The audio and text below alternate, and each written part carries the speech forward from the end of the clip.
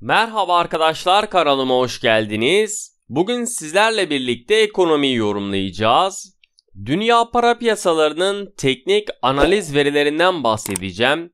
İlk olarak genel bir piyasa yorumumu yapacağım ve arkasından teknik analizlerimi gerçekleştireceğim.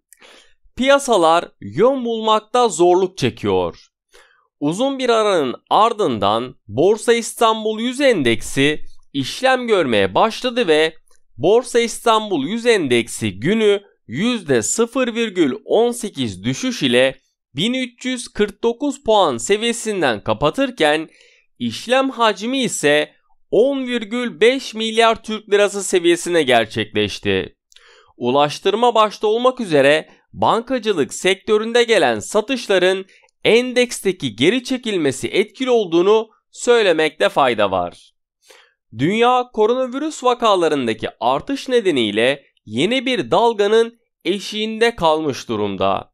İngiltere'de hem turizm sezonunun açılması hem de düzenlenen Avrupa Şampiyonası sonrası artış gösteren vakalar benzer şekilde diğer ülkelerde de yaşanmaya başlamasıyla birlikte Amerika Birleşik Devletleri'nde maske zorunluluğunun dahi kaldırıldığı bir ortamdan tekrardan halka açık alanlarda kullanılmaya başlamasına ilişkin adımların atılacağı, hatta aşı olmayanların belli kurumlara giriş yapamayacağı söylentisi de piyasalarda yayılmış durumda. Dün Türkiye'de yeni vaka sayısı 16.809 kişi olurken salgın nedeniyle de 63 vatandaşımız hayatını kaybetti. Vaka sayılarındaki artışın yaz dönemi boyunca devam etmesi bekleniliyor. Dün açıklanan reel kesim güven endeksi Temmuz ayında bir önceki aya göre 1,8 puan artış göstererek 114,8 seviyesinden gerçekleşirken anketin içeriğine baktığımızda ise genel gidişatın gelecek 3 ay içerisinde ihracat ile ilgili gelecek aylardaki sipariş miktarı ile son 3 aydaki toplam sipariş miktarı, gelecek dönemdeki istihdam, sabit sermaye yatırımları harcaması ve mevcut toplam sipariş miktarına ilişkin değerlendirmeler endeksinde artış yönünde etkilediğini gördük. Temmuz ayında bir önceki aya göre hizmet sektöründe %5,8, parakende ticaret sektöründe 3,7 ve inşaat sektöründe 4,7'lik artış görülmesi de dikkatlerden kaçmadı. Yine dün açıklanan bir diğer önemli veri ise kapasite kullanımı olurken açıklanan veri de bir önceki aya göre 0,1 puan artarak %76,7 seviyesinde gerçekleşti. Son zamanlarda Amerika Birleşik Devletleri 10 yıllık tahvil faizlerindeki getirilerin yaşanılan geri çekilmenin stagflasyon endişesi ve enflasyonun kalıcı olacağına dair beklentilerin etkili olduğunu da söyleyebilirim. Şubat ayında 1,70 seviyesinden işlem gören Amerika Birleşik Devletleri 10 yıllık tahvil fiyatları dün itibariyle 1,22 seviyesinde işlem gördü. Yarın gerçekleştirilecek olan Federal Açık Piyasa Komitesi toplantısından geleceğe yönelik beklentiler tahvil piyasalarındaki fiyatlamalar açısından önemini korunmayı sürdürürken varlık alımları ile ilgili net bir açıklamanın yapılması beklenmiyor.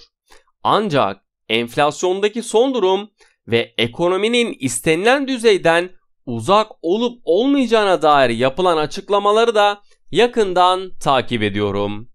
Büyüme endişeleri devam ederken Amerika Birleşik Devletleri'nde faaliyet gösteren en büyük yatırım kuruluşlarından olan bir şirket Amerika Birleşik Devletleri ekonomisi için 3. çeyrek büyüme beklentisini %9,5'tan %8,5 seviyesine geri çekti.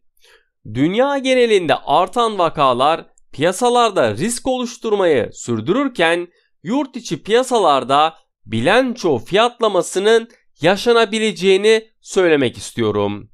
geçtiğimiz bilanço döneminde Borsa İstanbul 100 endeksindeki şirketlerin güçlü bilançolarıyla birlikte ciddi bir rally başlattığını da dikkate almakta fayda var.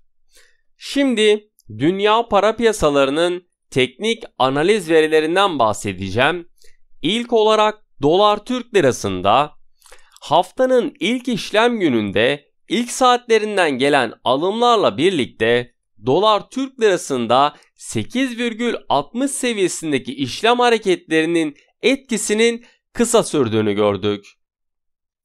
Reel kesim güven endeksi Temmuz ayında 1,8 puanlık artış ile 114,8 olarak gerçekleşirken Amerika Birleşik Devletleri tahvil fiyatlarındaki geri çekilme stagflasyon beklentilerini artırırken yaşanacak gelişmeler çerçevesinde dolar Türk lirasına teknik olarak baktığımızda yukarı yönlü hareketlerini devam ettirmesini beklediğim kurda 8,60 ve 8,70 Türk lirası seviyelerini yakından takip ettiğim önemli direnç noktaları. Olası satışların görülmesi durumunda ise 8,50 ve 8,42 Türk lirası seviyelerini yakından takip ettiğim dikkat etmemiz gereken destek noktaları. Euro Türk lirası tarafında ise Avrupa Merkez Bankası geçtiğimiz haftaki para politikası toplantısında değişikliğe gitmedi ve faiz oranlarını sabit bıraktı. Toplantıda varlık alımlarından yakın vadede değişikliğe gidilmeyeceği ve hedeflenen %2 enflasyon oranının para politikasında etkili yol oynayacağı ile ilgili net bir şekilde verilerde altı çizildi. Euro Türk lirasına teknik olarak baktığımızda yukarı yönlü hareketlerini devam ettirmesini beklediğim kurda 10,15 ve 10,20 Türk lirası seviyelerini yakından takip ettiğim önemli direnç noktaları. Olası satış baskılarını görmemiz durumunda ise 10,05 ve 10 Türk lirası seviyelerini yakından takip ettiğim dikkat etmemiz gereken destek noktaları. Ons altın tarafında ise Amerika Birleşik Devletleri 10 yıllık tahvil getirilerinde geri çekilme ile birlikte değer kazanmasını beklediğim ons altındaki yatay hareketin sürdüğünü görüyoruz. Ekonomik büyümenin istenildiği gibi olmayacağı beklentisiyle enflasyondaki artış fiyatlamalarda önemli bir etkiye sahip olurken ons altına teknik olarak baktığımızda yukarı yönlü hareketlerin oluşması durumunda 1800 dolar ve 1815 dolar seviyelerini yakından takip ettiğim önemli direnç noktaları. Gelebilecek olası satış baskılarını görmemiz durumunda ise 1790 ve 1780 dolar seviyelerini yakından takip ettiğim dikkat etmemiz gereken destek noktaları. Gram altın tarafında ise geçtiğimiz haftayı yatay bir seyirde tamamlayan döviz kurunun bir bant aralığında devam etmesi gram altındaki seyri de stabil koruyor. Ons altında ise enflasyon endişelerine rağmen durağan seyrin devam ettiğini görüyoruz. Gram altına teknik olarak baktığımızda yukarı yönlü hareketlerini sürdürmesini beklediğim gram altında 500 Türk lirası ve 510 Türk lirası seviyelerini yakından takip ettiğim önemli direnç noktaları. Gelebilecek olası bir aşağı yönlü hareketin olması durumunda ise 490 ve 485 Türk lirası seviyelerini yakından takip ettiğim dikkat etmemiz gereken destek noktaları. Euro dolar paritesinde ise dün açıklanan yeni konut satışları beklentinin altında 676.000 seviyesinde gerçekleşirken enflasyon oranındaki yükselişte önemli payı olan konut sektörünü de yakından takip ediyorum. çarşamba günü gerçekleştirilecek olan Federal Açık Piyasa Komitesi toplantısında varlık alım programında değişikliğe gidilip gidilmeyeceği ile ilgili yapılacak açıklamaları da yakından takip ediyorum. Euro dolar paritesine teknik olarak baktığımızda yukarı yönlü hareketlerin oluşması durumunda 1,1820 ve 1,1845 seviyelerini yakından takip ettiğim önemli direnç noktaları.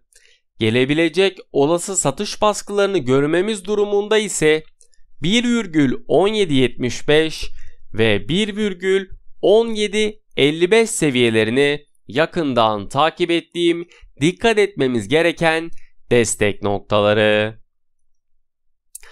Brent petrol tarafında ise ekonomik veriler büyüme oranları ile ilgili yılın ilerleyen dönemlerinde sorun yaşanabileceğine işaret ederken vaka sayılarındaki artışın yeniden hızlanması ve enerji ihtiyacının tartışılıyor olması Brent petroldeki seyri de zayıflatan unsurlar olarak karşımıza çıkıyor.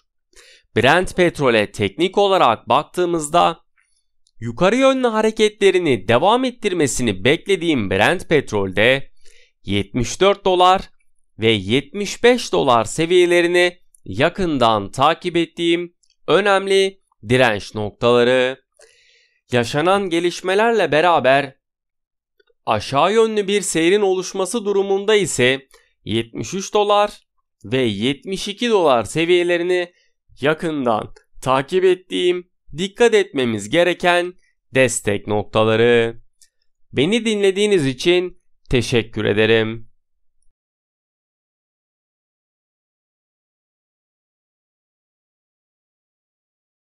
Maybe you should take a